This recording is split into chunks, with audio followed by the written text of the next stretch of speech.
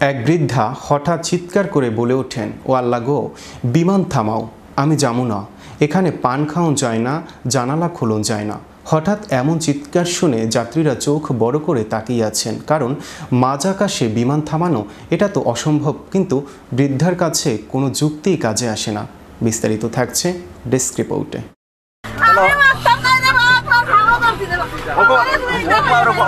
এক বৃদ্ধা হঠাৎ চিৎকার করে বলে ওঠেন, ও আল্লাহ গো, বিমান থামাও, আমি যাবো না, এখানে পান খাওয়ান যায় না, জানালা খোলন যায় না।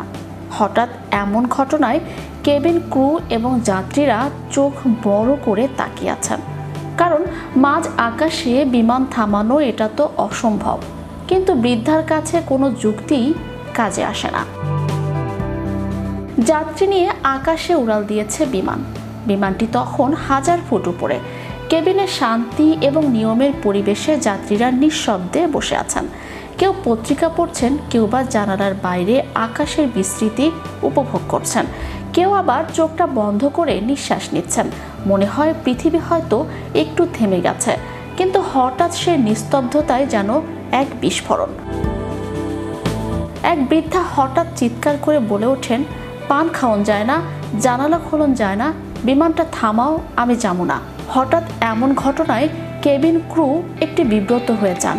যাত্রীরা চোখ বড় করে তাকিয়ে আছেন, কারণ মাঝ আকাশে বিমান থামানো তো অসম্ভব। কিন্তু বৃদ্ধার কাছে কোনো যুক্তি কাজে আসে না। তার কাছে কেবিনটা যেন এক ধরনের ছোট কারাগার।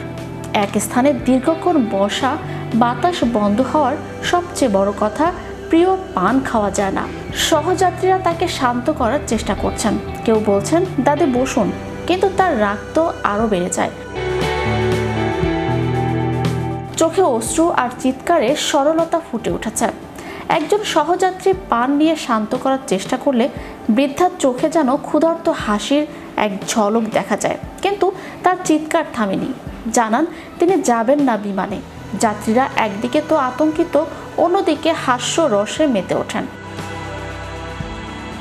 কেউ ফোন বের করে ভিডিও করছেন, আবার কেউ মুখ ঢেকে নিচ্ছেন, কেউ আবার চুপচাপ বসে মুহূর্তটা উপভোগ করছেন।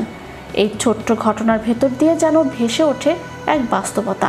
বয়স হলে মানুষ যেন আবারও হয়ে যায় শিশু। ছোট ঘটনাতে অস্থির আবেগপ্রবণ হয়ে ভেঙে পড়ে সহজেই। তাদের ক্ষুদ্রতম চাহিদাও তখন হয়ে ওঠে জীবনের বড় আকাঙ্ক্ষা। Channel Europe news desk.